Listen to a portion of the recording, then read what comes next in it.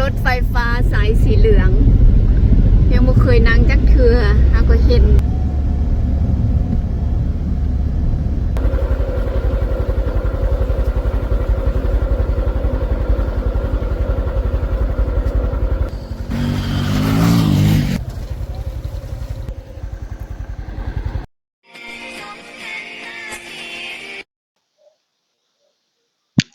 กราบทักทายสบายดีและสวัสดีพ่อแม่พี่น้องหมดคู่สุขคนเนาะมาพบพอกับช่องของครูอรดาเช่นเก่าเช่นเคยเนาะอยู่จังหวัดใดแขวงใดอย่าลืมคอมเมนต์บอกครูออเดเนาะฝากทุกคนกดติดตามกดกระดิ่งแจ้งเตือนทั้งหมดเพื่อจะบริพลาดคลิปต่อไปเนาะฝากชมโฆษณาช่องของครูออให้จบเนาะอากาศเป็นอะไรเนาะอยู่มีฝนตกทุกคนคือคลิปนี้เนาะครูออจะมาตอบคอมเมนต์ได้แล้วก็จะมาเล่าให้ทุกคนฟังเนาะเรื่องราวความเป็นมาหรือว่าความจริงที่ทุกคนก็อยากรู้นะเนาะแล้วก็ครูออสงสัยอีกแล้วก็คือบางเทื่อก็รู้สึกบางเทื่อก็รู้สึกว่าท้อเนาะที่เห็นสิ่งนี้นะคือคอมเมนต์เนาะทุกคนบางคอมเมนต์ก็เห็นตอนครูไปเที่ยวฝั่งไทยเนาะแล้วก็ถ่ายคลิปแล้วก็ลงคลิปเนาะขอบคุณขอบใจหลายๆเนาะสำหรับคอมเมนต์ครูมักอ่านคอมเมนต์เนาะทุกคนคอมเมนต์กันมาหลายๆเนาะแล้วก็ตำหนิติชมครูได้คือบางคอมเมนต์ว่าคือบ่พาน้องๆมาเที่ยวไทยให้หลายๆเพื่อจะได้เรียนรู้หลายสิ่งหลายอย่างแล้วก็ได้เรียนรู้นอกห้องแม่เนาะทุกคนครูออสุดอยากพานักเรียนของครูออไปเที่ยวฝั่งไทยแล้วก็น้องๆบ่ว่าแต่ครูอออยากพาไปเนาะน้องๆเองก็อยากไปเที่ยวฝั่งไทยเห็นครูออไปนะน้องๆอยากไปเนาะอยากไปเที่ยวฝั่งไทยอยากไปเที่ยวประเทศไทยบ่ว่าแต่น้องนักเรียนหรือว่าลูกศิษย์ครูออเนาะบ่ว่าจะลูกหลาน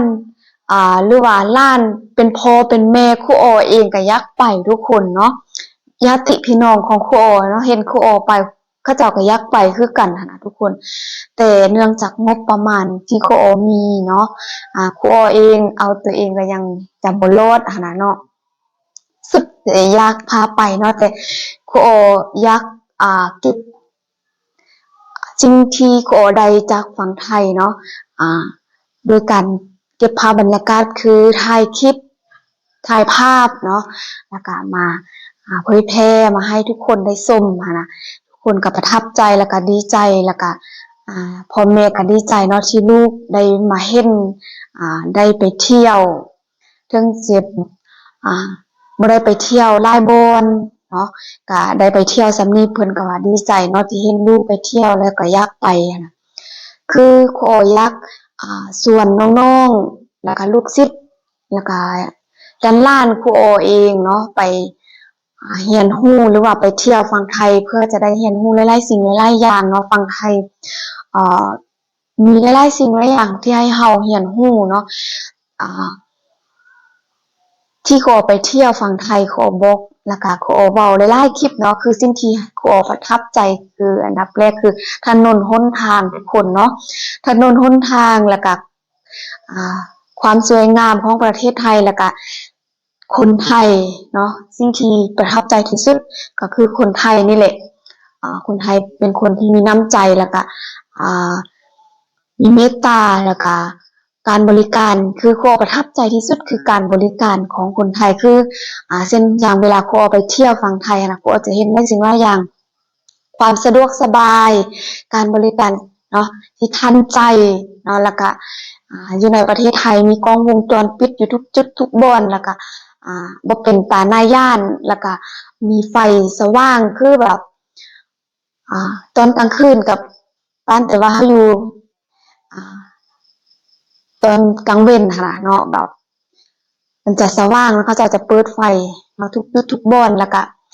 สิ่งที่อยากให้ลูกหลานเนาะเรียนรู้ลูกศิษย์ของครูออเรียนรู้อยู่ฝั่งลาวก็ครูบ่ว่าจะครูหรือว่าเป็นผู้ปกครองพ่อแม่ลูกๆของเขาเจ้าเนาะเขาจะก็สอนโดยเฉพาะก็เป็นครูเนาะสอนในการใช้ชีวิตหรือว่า กิริยามารยาทแต่บางเทื่อก็ยังมีบางน้องเนาะบางคนก็ยังเฮ็ดบ่ได้เนาะคือให้ยกตัวอย่างที่เฮาเห็นเนาะทุกมื้อการทิ่มขี้เหงื่อโดยเฉพาะแม่นการทิ่มขี้เหงื่อเนาะทิ่มขี้เหงื่อสะสายโดยที่บ่มีจิตสำนึกเนาะอันนี้ก็เว้าความจริงเนาะบางคนก็อาจจะบ่มักความจริงแต่ความจริงคือถ้าเฮายอมรับความจริงแล้วเฮามีการปรับปรุงเปลี่ยนแปลงเนาะสังคมเฮาก็จะเป็นตาน่าอยู่นะยกตัวอย่างเนาะกินแล้วก็ทิ่มสะสายเนาะบ่ฮู้จักจำแนกบ่ฮู้จักเก็บเมียนใส่ถังขี้เหงื่อเนาะสิ่งที่เฮาเห็นตัวคือมีข่าวอยู่โลกโซเชียลก็เวลาคนลาวไปเที่ยวฝั่งไทยบ่ทิ่มขี้เหงื่อสะสายจนให้ฝรั่งมาเว้าตำหนิติเตียนเนาะอันนี้ก็เป็นบทเรียนแล้วก็เป็นความรู้เนาะให้ลูกศิษย์ของครูออหรือว่าลูกหลานของครูออเนาะได้เบิ่งได้ชมได้เห็นเวลาครูออไปเนาะก็จะพยายามถ่ายพยายามบอกว่านี่เฮามาฟังไทยเขาเจ้าจะแยกเนาะทางขยะหรือว่าทางขี้เหงื่อเป็นทางเนาะคือความละเอียดคือทางนี้จะใส่แบบเป็นกระดาษทางนี้จะใส่แบบเป็นแก้วเป็นพลาสติกเนาะก็ว่ากันไปนะทุกคนเนาะคือนี่สิ่งที่โอประทับใจและอยากเอามาให้ลูกหลานของโคโอนี่แหละให้ได้เบิ่งเพราะว่าโคโอลำพังโคโอซ่อนเนาะลูกหลานโคโอหลายคนมันบางเทื่อมันก็บ่ทั่วบ่ถึงเนาะสิ่งที่โคโออยากสื่อให้เขาเจ้าได้ฮู้ได้เห็นคือตอนครูออกลับบ้านเนาะครูอก็ได้ถ่ายภาพเนาะคือการทิ่มขี้เหงื่อสะสายบ่ว่าจะผู้เล็กเด็กน้อยหรือว่าผู้ใหญ่นะครูอว่าเด็กน้อยเขาก็คือสิบ่มีความสามารถที่จะทิ่มขี้เหงื่อกลางทางแบบนั้นนะเนาะครูอจะให้ทุกคนชมน้อยนึงอันนี้ก็เป็นขี้เหงื่อที่ครูอก็บ่ฮู้ว่าผู้ใดทิ่มขี้เหงื่ออยู่กลางทางแบบนี้นะเนาะถ้าว่าเป็นไปได้เนาะควรช่วยกันรักษาความสะอาดหรือว่ารักษาเป็นเศษขี้เหงื่อที่ตัวเองเนาะอยู่เฮือนของตัวเองแล้วมาทิ่มอยู่ถนนหนทางซึ่งเป็นที่สาธารณะนะเป็นของส่วนรวมเนาะเฮาควรมีความรับผิดชอบเนาะควรมีความรับผิดชอบให้มันหลายขึ้นกว่านี้ควรมีจิตสำนึกเนาะในการอยู่ร่วมกันการใช้ชีวิตอยู่ในสังคมหลายคนเนาะบ่แม่นแต่ว่าเฮาอยู่คนเดียวในประเทศนี้บ่แม่นของเฮาคนเดียวเนาะถ้าเฮาหลายคนยังเฮ็ดแบบนี้แล้วคิดเบิ่งเนาะสิ่งแวดล้อมประเทศเฮาจะเป็นแนวใดเนาะผลกระทบที่จะตามมาแล้วถ้าเฮาช่วยกันรักษาเนาะมีความรับผิดชอบหลายขึ้นกว่านี้สอนลูกสอนหลานเฮาเนาะให้ฮู้จักกิริยามารยาทฮู้จักกินแล้วทิ่มให้ใส่ถังขี้เหงื่อฮู้จักกินแล้วมีความรับผิดชอบเนาะบ้านเรือนบ่ว่าแต่อยู่บ้านอยู่เรือนหรือว่าอยู่ตามสาธารณะหั่นน่ะเนาะก็จะเป็นตาน่าอยู่เนาะบ่ว่าแต่จะอยู่โรงเรียนอยู่ไสก็แล้วแต่เนาะถ้าเฮารักษาความสะอาดที่กินแล้วถ้าว่ามันบ่มีถังขี้เหงื่อเฮาก็เก็บไว้ก่อนเนาะคืออยู่บ้านเฮาส่วนน้อยเนาะยังจะเห็นถังขี้เหงื่อแล้วก็แยกถังขี้เหงื่อคืออยู่อันนี้ครูก็บ่ได้เปรียบเทียบเนาะแต่ว่าอันนี้ประสบการณ์และสิ่งที่เฮาควรเอามาเผยแพร่หรือว่าในสิ่งที่ดีๆเนาะเฮาควรเอามานำใส่เฮาควรเอามาเป็นบทเรียนเฮาควรเอามาเป็นการเรียนรู้หรือว่าเป็นบทเรียน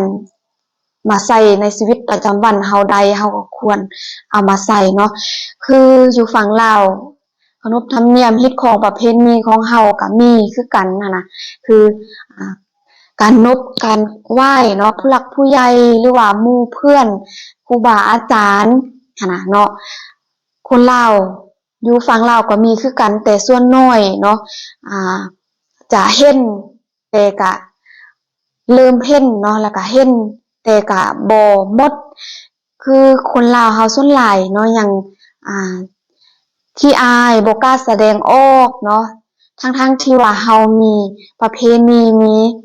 ฮีตของมาตั้งแต่ดั้งเดิมมาแล้วเนาะคือการกราบไหว้การสบายดีทักทายสบายดีกันหั่นน่ะเนาะ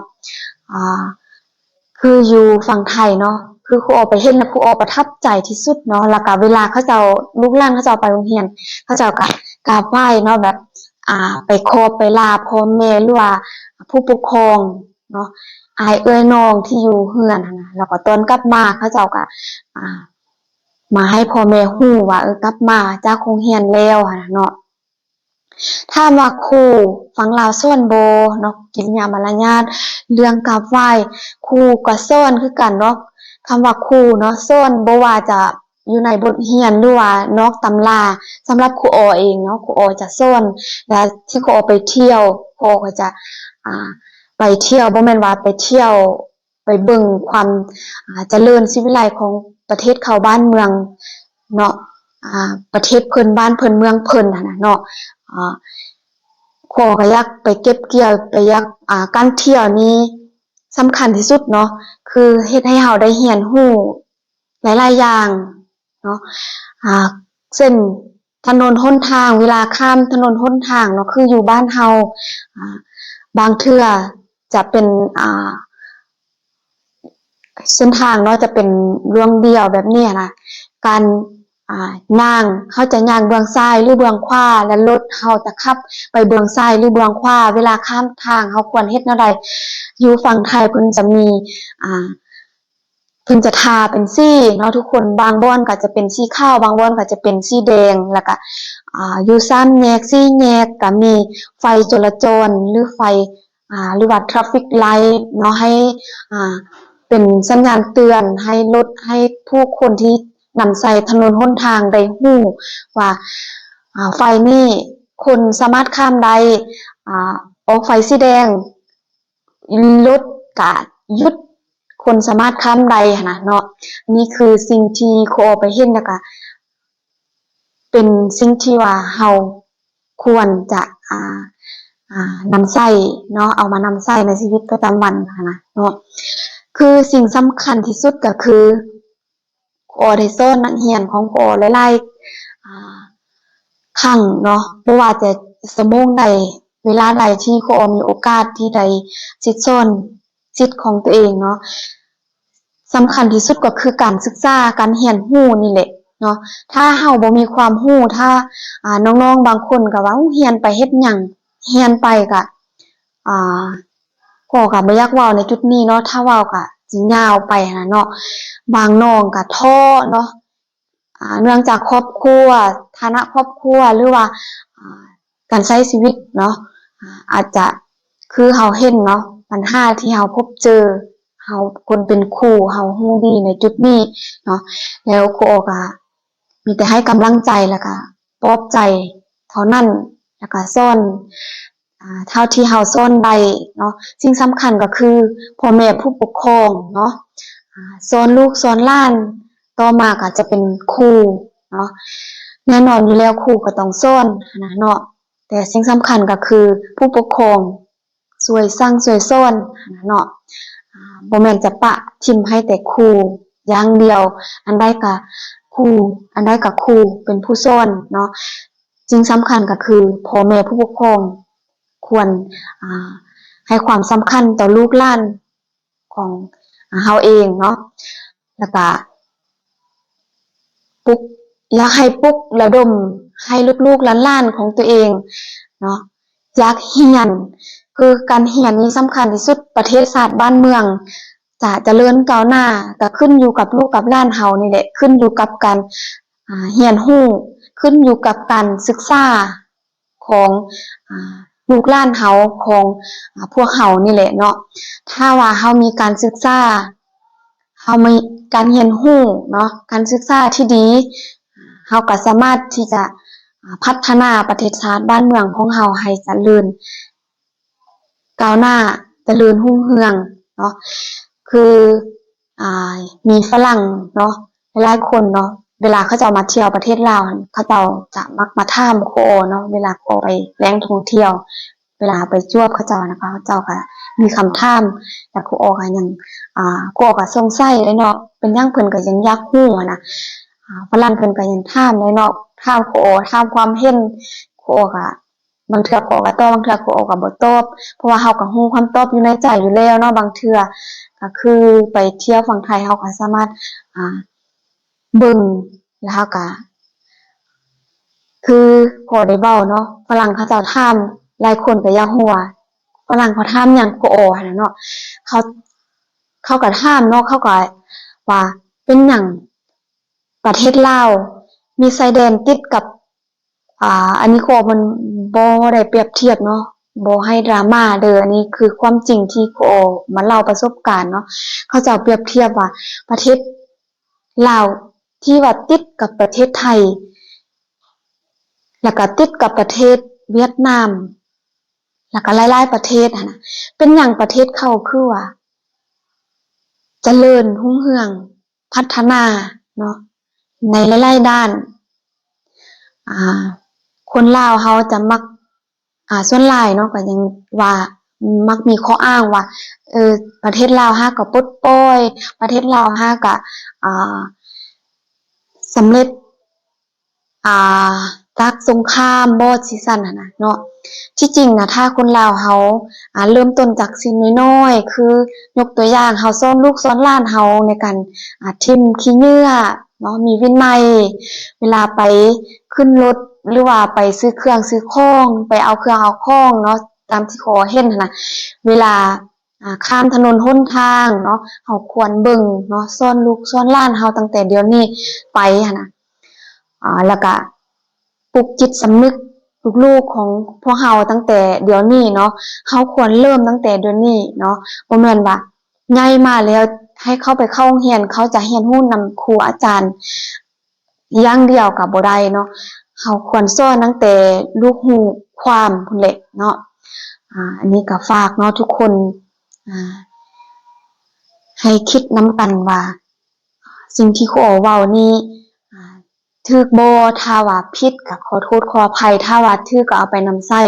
ถ้าครูเว้าผิดพลาดหรือว่าแตะต้องจิตใจผู้ใดก็ต้องขอโทษขออภัยนำเนาะแล้วฝากทุกคนกดติดตามกดกระดิ่งแจ้งเตือนเพื่อจะบ่ได้พลาดคลิปต่อไปเนาะครูจะพานักเรียนไปเที่ยวฝั่งไทยเพื่อเรียนต่อไปสำหรับคลิปนี้ขอต้องกล่าวคำว่าสบายดีพบกันคลิปหน้าบ๊ายบาย